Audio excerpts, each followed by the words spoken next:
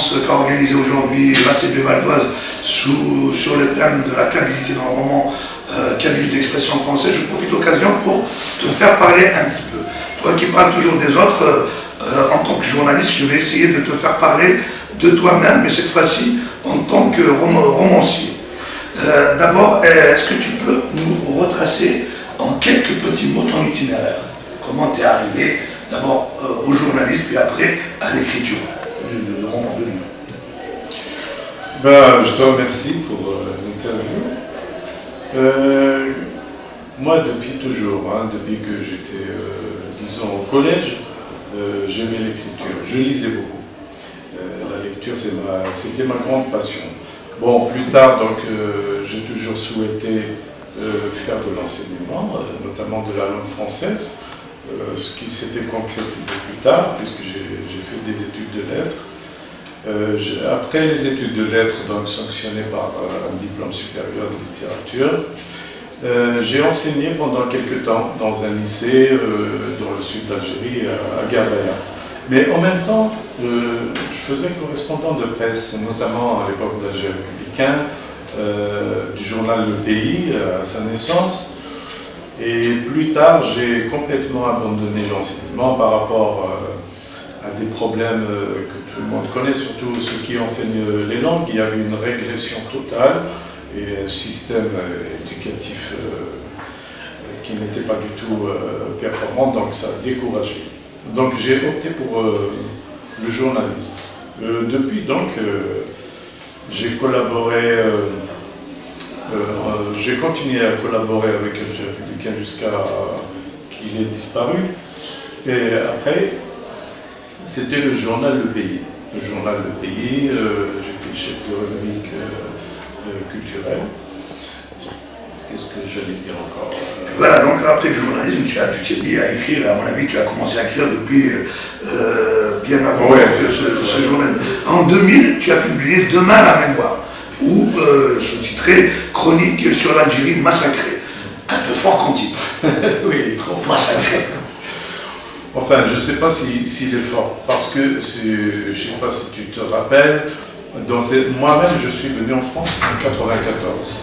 Donc c'était les années où le terrorisme était vraiment destructeur, et notamment c'était la chasse à l'intellectuel, francisant surtout. Et les journalistes sont assassinés chaque jour. Moi-même, donc, c'était suite à des menaces que j'ai quitté l'Algérie pour venir en France. C'est un roman autobiographique.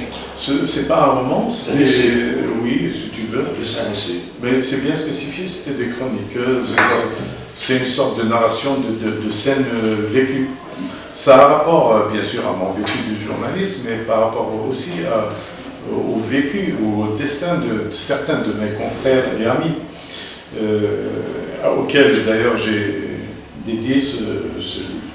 Alors, en 2003, tu récidives un deuxième livre avec La fille des hommes libres, littéralement, je crois que c'est pensé en kabyle, Ilyes Imazira. Ilyes Imazira, oui. Alors oui, c'est un roman qui s'est imposé un peu à moi, parce que, tu sais, nous, on est formés par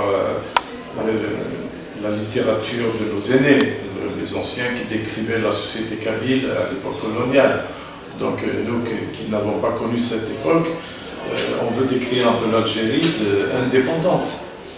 Et comme je vivais dans un village, il y avait les méfaits du parti unique, le FLN sur la société, et c'était l'époque, vers le milieu des années 70, c'est l'époque où la jeunesse s'éveillait à la culture berbère, parce que on est au lycée, on est à l'université, on connaissait d'autres peuples, d'autres luttes, et on s'est dit pourquoi la nôtre n'a pas sa place dans le concert des cultures des nations, du monde. Oui, aujourd'hui, la discussion est très longue si on se rentrait là-dedans. Ouais. La situation n'a pas changé. 2003, on est en 2008, à la veille même de 2009, la situation s'est empirée en Algérie. Une confiscation des droits, la Constitution constitution interrégisée pour que le président soit président à vie. La culture berbère continue à être écrasée, ignorée, méprisée par l'État algérien. L'arabo-islamisme continue à sévir jusque dans les villages kabyles. La situation s'est empirée. Et c'est empiré. Au début, donc en 88, disons, quand on parlait d'ouverture démocratique, c'était juste pour calmer les esprits, parce qu'il y avait vraiment un soulèvement populaire qui n'a pas été relié par toutes les régions, oui, mais quand même ça faisait peur au pouvoir algérien. Donc, connaissant le pouvoir algérien, il a toujours des tactiques pour apaiser les populations, notamment par la démission de Chadli. On autorisait une certaine effervescence de nouvelles publications et on croyait vraiment à une démocratie et à une liberté d'expression. Mais plus tard, quand cette liberté d'expression allait prendre le pas sur la démagogie du pouvoir, le pouvoir revient en force, en ramenant Bouteflika, etc. Et c'était le retour à la case départ. Alors aujourd'hui, il y a un phénomène nouveau qui est extraordinaire, la réaction de certains intellectuels qui pensent que pour sauver ce qui reste à sauver, en tout cas de cette Kabylie, pour avancer, l'autonomie est inévitable. L'autonomie de la Kabylie est inévitable. D'un certain point de vue, oui, inévitable, je ne sais pas. Parce que jusqu'à aujourd'hui, le mouvement actif, mais disons, l'idée ne s'est pas vraiment propagée à travers les citoyens. Et l'amalgame existe toujours entre indépendance et autonomie. Et pourquoi pas l'indépendance? Moi, personnellement, j'y pense même pas, parce que l'indépendance, c'est la dernière étape qu'il faut envisager. Alors aujourd'hui, tu es venu chez nous pour parler à l'ACB valoise de la kabylie dans le roman kabyle d'expression française. Ces associations telles que l'ACB valoise, qui activent au quotidien, qui enseignent le berbère, qui transmettent notre culture, comment tu as vu tu as trouvé le public qui est venu t'écouter? Le public est intéressant. Je crois que c'est le public, comme je te disais, il faut le canaliser. Il faut lui donner les occasions justement de s'exprimer, de dire ce qu'il pense, de mettre à jour, enfin au grand jour, ses préoccupations.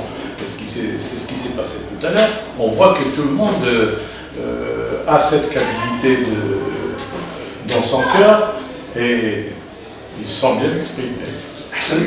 Merci d'avoir consacré un samedi tout entier, mon après-midi d'un samedi, pour venir nous parler d'un thème aussi intéressant comme la kabylie. Et je te dis à bientôt. À bientôt, je vous remercie pour l'invitation et dis-toi bien que c'est un devoir de venir. Merci.